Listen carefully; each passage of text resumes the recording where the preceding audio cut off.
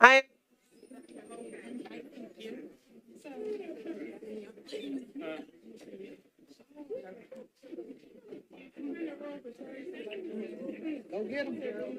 I'm gonna try. Stay right here with me. not. I need somebody to hold my I keep hand. going on. Okay. All right. Thanks everyone for being here. We have a long agenda, so we want to get to it. We have two announcements. The first one is the resolution RS 2024-235 honoring King Orleans. Councilmember Vo, you are recognized. It's for King Collins. It's for everybody. You want to read some too?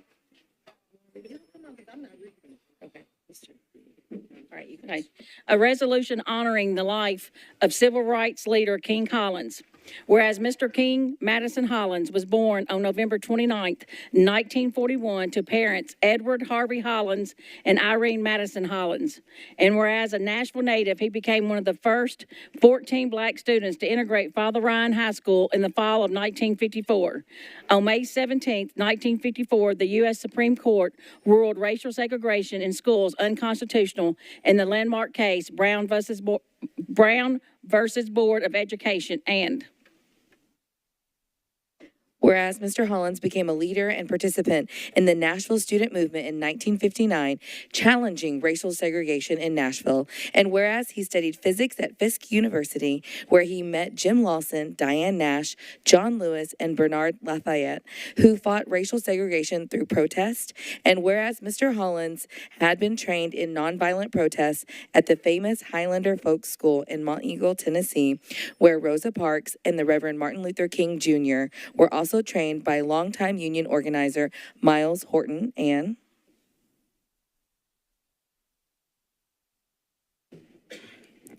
whereas Mr. Hollins was arrested in February 1960 for participating in a lunch counter sit-in at Woolworths and spent 2 weeks in jail, and whereas Mr. Hollins continued to be an active community leader, helping to found and lead the Nashville Civil Rights Veterans Association with the purpose of preserving the historical legacy of the Nashville movement by engaging in narrative presentations to groups, especially the youth. The week that he passed away, he was set to be a part of a ceremony where NCRVA received the Fannie Lou Hamer Human Rights Defender Award at Tennessee State University. And whereas Mr. Hollins sought to preserve African American history in Nashville and also vigorously worked to protect and care for the Edgehill neighborhood where he grew up. He was also a part of the effort to save the Morris Building and worked on saving Woolworths and the homes of local civil rights leaders like Z. Alexander Luby. And whereas Mr. Hollins was also a presiding officer for ONE, Organized Neighbors of Edgehill, whose goal was to provide scholarships, housing, and address community needs that made it a safe place to live and work. He also served as a commissioner on the Metro Human Relations Commission. And whereas he also attended New York University's Graduate School of Business and Vanderbilt University's Engineering Management program. His professional history included work as a research physicist for Celanese Corporation, in corporate management with AT&T, business development with ICBO New York, assistant director of Medco, business manager and adjunct professor at American Baptist College, assistant director of the Office of Minority Business Enterprise at Tennessee's Department of Economic and Community Development, and information systems manager with TennCare. And all right, there we go. Whereas Mr. Hollins received the key to the city of Nashville in 2021 as a civil rights hero presented by Mayor John Cooper as the first John Lewis celebration. And whereas Mr. Hollins passed away on December 17th, 2023, he is survived by his children Keisha Turner, Kanya Williams, and King Hollins, along with 10 grandchildren and 7 great-grandchildren. And whereas Mr. Hollins will be remembered as a civil rights icon who continuously labored to make Nashville and Davidson County a better place to live for all. now therefore be it resolved by the Council of the Metropolitan Government of Nashville and Davidson County that the Metropolitan County Council hereby goes on record as honoring the life of civil rights leader King Hollins. This resolution shall take effect from and after its adoption, the welfare of the Metropolitan Government of Nashville and Davidson County requiring it.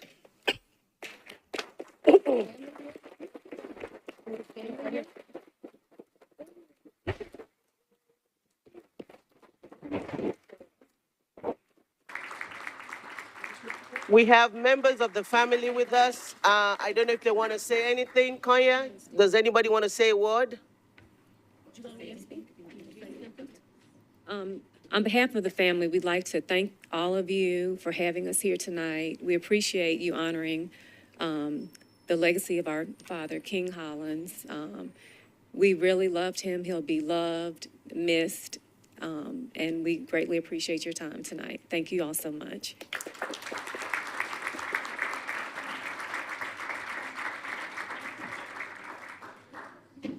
As the group is getting ready with pictures, we will go ahead to our second resolution, RS 2024-238, honoring Black History Month by Councilmember Delicia Porterfield.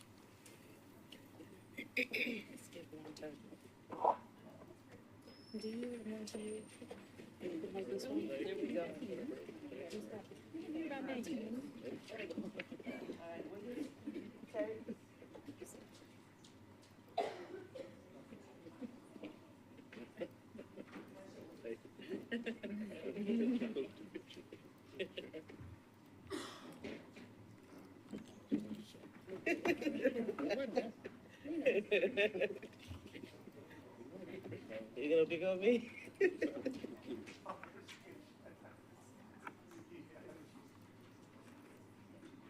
Thank you, Didi. Thank you. Thank you.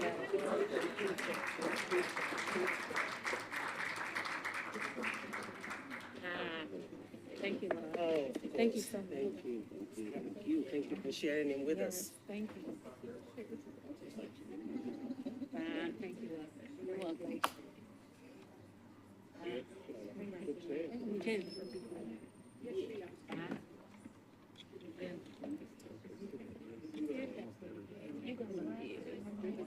And if we can get all the members of the minority caucus to come up, please.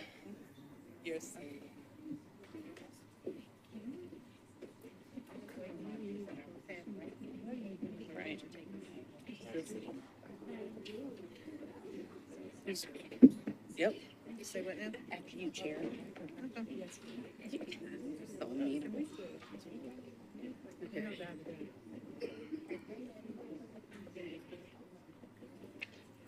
You want me to just start reading? Okay. Okay. I'll do it later. Oh. A resolution recognizing February 2024 as Black History Month in Nashville and Davidson County. Whereas Black History Month is celebrated every February and recognizes the legacy of Black Americans whose power to lead, to overcome, and to expand the meaning and practice of American democracy has helped our nation become a more fair and just society. And Whereas the United States was established upon the profound but simple idea that all people are created equal and should be treated equally throughout their lives. However, this is not an idea that America has always lived up to. And whereas in 1925, an African-American scholar, Dr. Carter G. Woodson, launched an effort to focus awareness on the contributions of African Americans to American society, that in 1976 became Black History Month, a month-long celebration in February of the estimable contributions of African Americans to this country. And whereas this month we celebrate and recognize Black leaders, inventors, artists, musicians, organizers, activists, and creators on a national level, including Dr. Martin Luther King, Rosa Parks, Barack Obama, George Washington Carver, Harriet Tubman, Shirley Chisholm, Jackie Robinson, Billie Holiday, and many more. And whereas we also celebrate those locally who have contributed to the rich history of our community in Nashville and Davidson County. And whereas in 1951, Z. Alexander Luby and Robert E. Lillard were the first Black members of the Nashville City Council since 1911, when Solomon P. Harris was elected to the National City Council. After being sworn into office, Luby and Lillard focused on legislation and policies to do away with Jim Crow laws and introduced bills to desegregate public spaces. And, that was me. Whereas in 1963, the first Metropolitan Council of Nashville and Davidson County were sworn in. Among the 40 members were 5 Black council members: Z. Alexander Luby, Robert E. Lillard, Mansfield Douglas, John Driver, and Harold Love Sr. And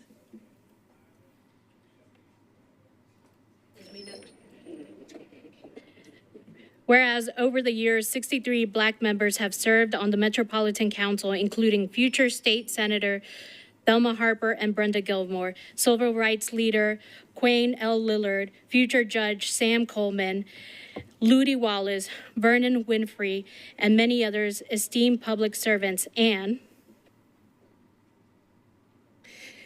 whereas the first Black council members at large, Carolyn Baldwin Tucker and Howard Gentry Jr., were elected in 1999, Howard Gentry Jr. was elected as the first Black vice mayor in 2002 and was reelected in 2003. Howard Gentry Jr. was appointed as the first Black criminal court clerk of Davidson County in 2011 and was reelected to the position in 2012. He has since been elected to the position 3 times. And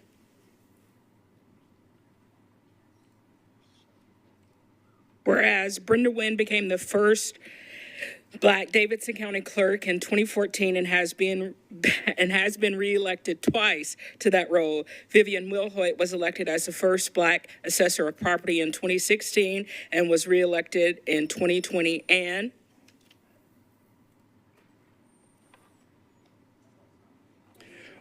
whereas Karen Y. Johnson was elected as the first Black registrar of deeds in 2018 and was reelected in 2020. In 2018, Martisa Johnson Moore became the first Black elected public defender elected in Nashville and Davidson County. Lionel Matthews Jr. Was elected as the first Black juvenile court clerk in 2018 and was reelected in 2020.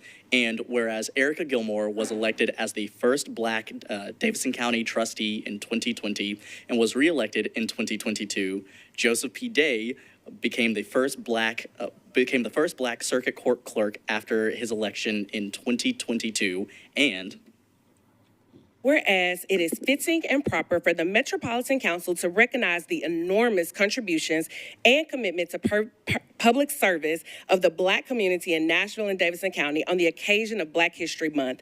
Now, therefore, be it resolved by the Council of the Metropolitan Government of Nashville and Davidson County, the Metropolitan County Council hereby goes on record as recognized in February 2024 as Black History Month in Nashville and Davidson County, and further recognizes the immeasurable contribution of Black leadership in the Metropolitan Government of Nashville and Davidson County. This resolution shall take effect from and after its adoption, the welfare of the Metropolitan Government of Nashville and Davidson County requiring it.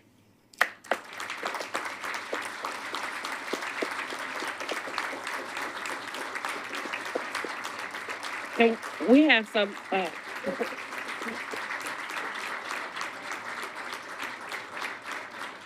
so we are joined today by several current and former elected officials. With us today, we have Lionel Matthews, who currently serves as a juvenile court clerk, formerly a council member. We have Brenda Wynn, who was our county clerk. We have Karen Y. Johnson, former council member, current register of deeds. We have Ronnie Greer, former council member of District 17. Joseph P. Day, circuit court clerk. We have Judge Khadijah Babb, who's the criminal court division 5. We have the Honorable Ludi Wallace, former council member. We have Judge Sheila Calloway, who's our juvenile court judge. We have Sandra Moore, the former councilwoman of District 17. We have Judge Allegra Walker, who serves as the General Sessions Division 4. We have Vivian Wilhort, the current assessor of property and the previously served as a councilwoman, and Cheryl Mays, the current District 6 school board member. We wanted to do this because it was really important to acknowledge that, this is both a blessing and a curse. It is beautiful that we are still breaking barriers and electing people to serve in these positions. And what you heard was the first this, the first that. And it is sad that in 2024, we are still experiencing the first in many of these areas. But this is to acknowledge that we have broken barriers and we will continue to break barriers. So thank you for everyone that was supportive. Thank you to all the colleagues who signed on to this resolution. If there are any elected officials here that want a copy of the resolution, please make sure to sign in before you all leave. And we also want to acknowledge a few people that couldn't be here with us today. School Board Member Berthina, thank you for being here.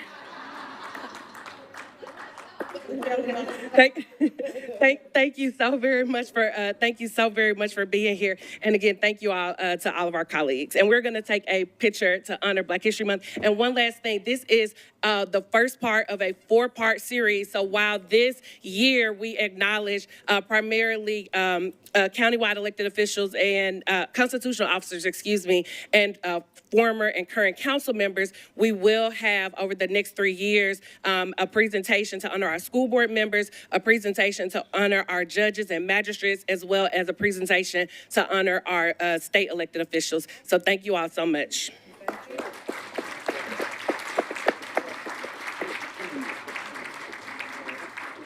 Okay, we're gonna get a picture. You're gonna stand in the middle. You're welcome. See, I just. Yes, sir. Mr. Wells. Good to see you, sir.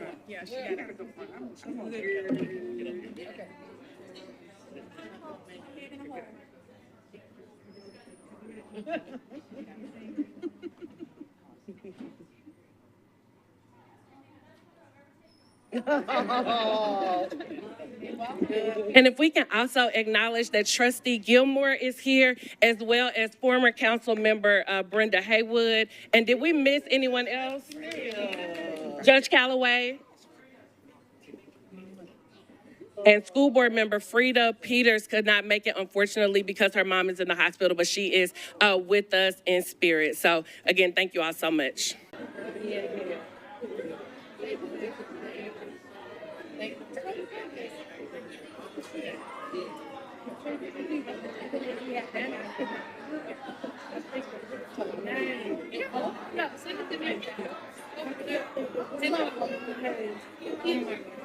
Okay. Have you heard your voice sing? No. Talk to your brother. Yeah.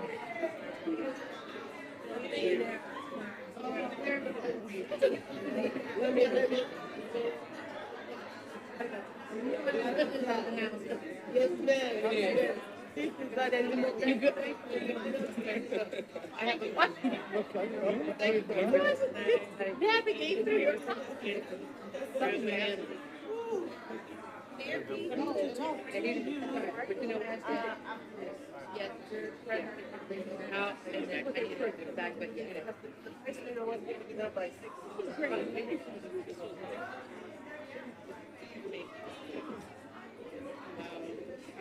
Oops, don't fall down. Almost fell. All right, colleagues, we now get back to announcements. Are there any announcements? Councilmember Welch, you're recognized. Thank you, Pro Tem. Saturday, March 3rd at 1 p.m., the East Thompson community is having a community gathering, and NDOT will be in the house to talk about the upcoming redesign of East Thompson Lane to include new bike lanes. And also, at-large CM Quinn Evans Siegel will be there with me, and we will be talking about the NEST proposals for housing. So come on by. It's an open house. It starts at 1. Just come on by when you can on March 3rd, and we hope to see you there. Thanks. Thank you. Councilmember Gard. Thank you so much for recognizing me. I just wanted to invite folks in District 24 and the surrounding area if they'd like to join a community meeting on Thursday, February 29th. We'll be talking about current developments that are going on in some other council and zoning updates. So it's February 29th in the evening, 6:30 to 8 p.m. at McCabe Community Center.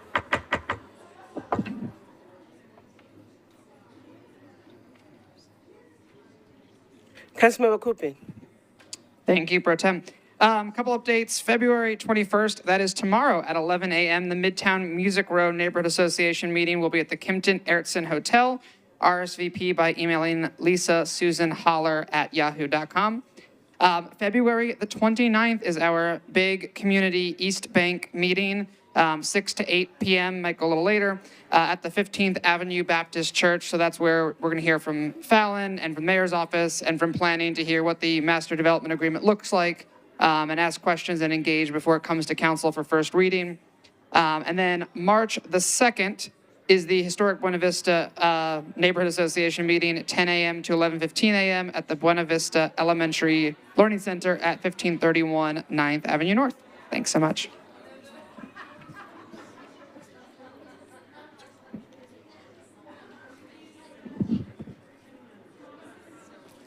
Councilmember Ewing. Councilmember Ewing, you recognize. Thank you, Chair. So two things. On March 2nd, there will be a community meeting at Green Hills Library, 2:30 p.m. to 4 p.m. to discuss the zoning legislation. And CM Evan Siegel will be there to speak to her bills. The second thing that I wanted to do was to wish our friend and colleague, Olivia Hill, a happy 5th birthday.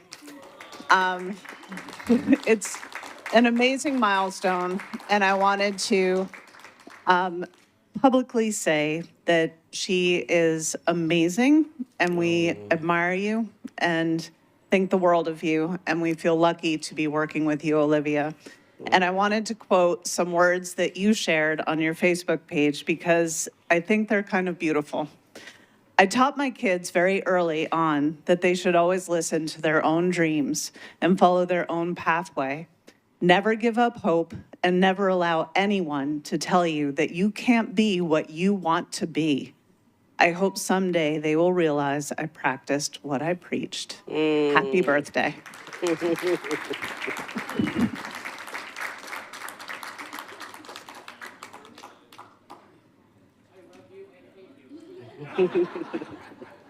And any other announcements?